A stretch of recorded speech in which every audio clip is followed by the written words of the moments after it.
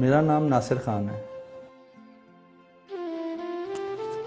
1989 में मेरे सर से वालिद साहब का साया उठ गया था और मैं अपनी वालिदा के साथ पेशावर से इस्लामाबाद आ गया। हम लोग सुपरमार्केट के साथ कच्ची बादी में रहते थे। हमारा घर कच्ची मिट्टी से बना हुआ था। हमारे माशी हालात इंतहाई ख़राब थे, लिहाजा मैंने 4 साल की उम्र में काम करना शुरू कर दिया।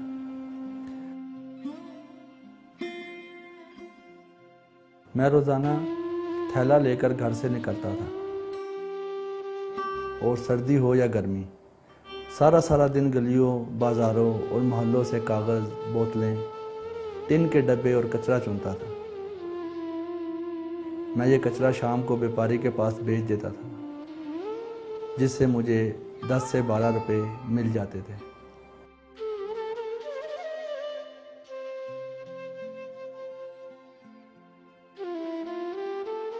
मैं ये पैसे अपनी माँ को दे देता था।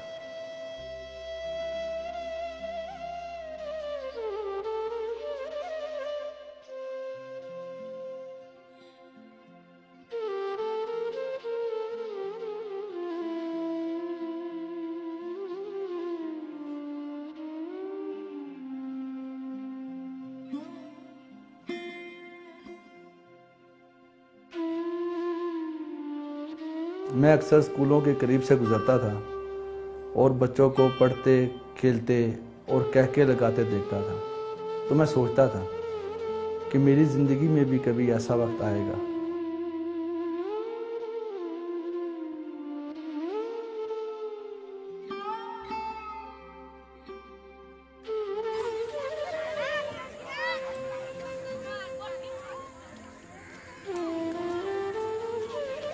मुझे महसूस होता था मैं अपनी बस्ती के दूसरे बच्चों की तरह कागज़ चुनते चुनते मर जाऊंगा।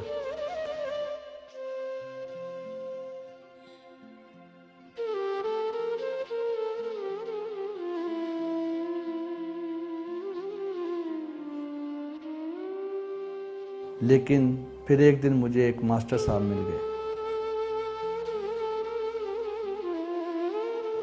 मास्टर साहब कचरा चुनने वाले बच्चों को मुफ्त पढ़ाया करते थे। उन्होंने मेरे सर पर हाथ रखा और मुझे पढ़ाना शुरू कर दिया।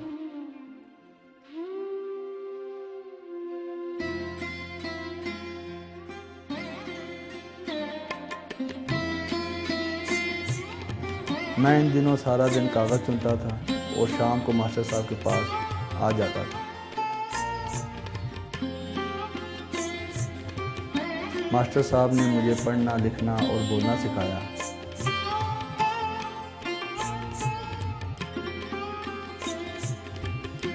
मैंने मास्टर साहब के पास रहकर प्राइमरी पास की, मिडिल किया और इसके बाद मास्टर साहब ने अपनी जेब से मेरा मैट्रिक का दाखिला भेज दिया। ये इनकी मेहनत का नतीजा था। मैंने अच्छे नंबरों से मैट्रिक पास कर लिया।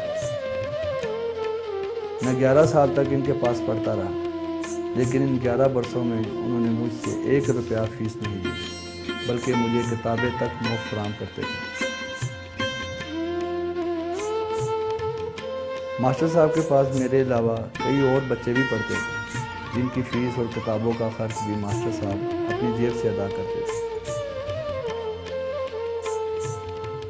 मैंने मैट्रिक के बाद कचरा चुनने का काम छोड़ दिया और बच्चों को ट्यूशन पढ़ाने लगा और साथ साथ पढ़ाई भी जारी रखी। मैंने मैट्रिक के बाद एसएन कॉलेज में दाखिला लिया और वहाँ से एफएससी की और अब मैं एल्डो इंटरनेशनल कंपनी में लेन मार्किंग सुपरवाइज़र हूँ।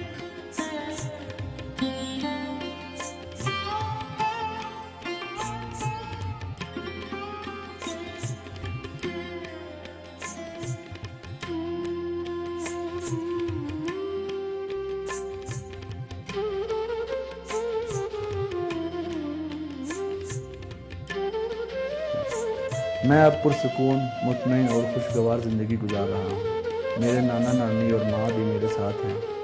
वो दोनों मुझसे बहुत खुश हैं। वो 5 वक्त नमाज़ पढ़ते हैं और हर नमाज के बाद मास्टर साहब के लिए दुआ करते हैं।